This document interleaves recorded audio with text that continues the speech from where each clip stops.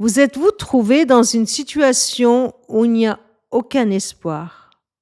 Aucun espoir ne pourrait être envisageable. Une situation où tout est mort, de chez mort, comme diraient les jeunes, plus rien à faire. C'est dans une telle situation que se trouvait le peuple de Dieu. Alors Dieu fait vivre à son prophète Ézéchiel une expérience bouleversante. Il le fait marcher dans une vallée pleine d'ossements desséchés, comme pour mieux prendre conscience de cette situation où tout espoir est impossible. Dans Ézéchiel 37, nous lisons ceci. Alors le Seigneur me demanda, Fils d'Adam, dis-moi, ces ossements peuvent-ils reprendre vie? Je répondis, Seigneur Dieu, c'est toi seul qui le sais. Il reprit, parle en prophète à ces ossements. Dis-leur, ossements desséchés, écoutez. Voici ce que le Seigneur Dieu vous déclare.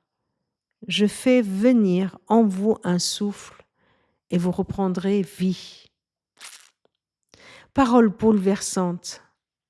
Comment la croire?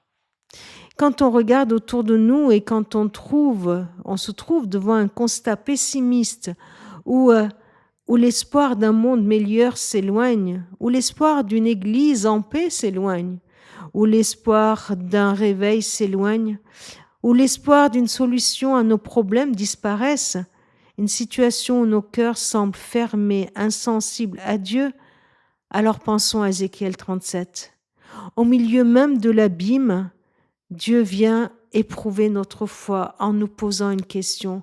Est-ce que tu crois qu'il est possible que les ossements desséchés revivent? Est-ce que tu crois qu'il est possible que la vie revienne? Est-ce que tu crois qu'il est possible que le réveil vienne? Est-ce que tu crois que notre monde peut changer? Est-ce que tu crois que là où il y a la mort, il peut y avoir la vie?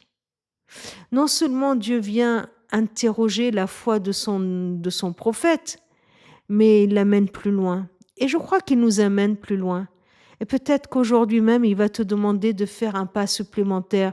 Non seulement de t'interroger, est-ce que tu crois? Est-ce que tu crois que c'est possible? Mais bien plus de cela, de demander que le souffle de Dieu vienne. Au milieu même de l'abîme, le souffle de Dieu, l'Esprit Saint, est assez puissant pour faire revivre même des ossements complètement desséchés. Il y a une puissance de vie en Dieu. Et cette puissance, Dieu la met en action. Que la puissance de celui qui ressuscita Christ d'entre les morts, que cet esprit vienne habiter en toi, en nous. Alors nous accueillerons sa vie. Sa vie viendra en nous, nous mettra en mouvement, même si nous croyons qu'au fond de nous, tout est mort. Alors sa vie viendra en nous et nous traversera et pourra aller dans toutes les situations où nous nous trouvons, où nous croyons que nous sommes dans des impasses.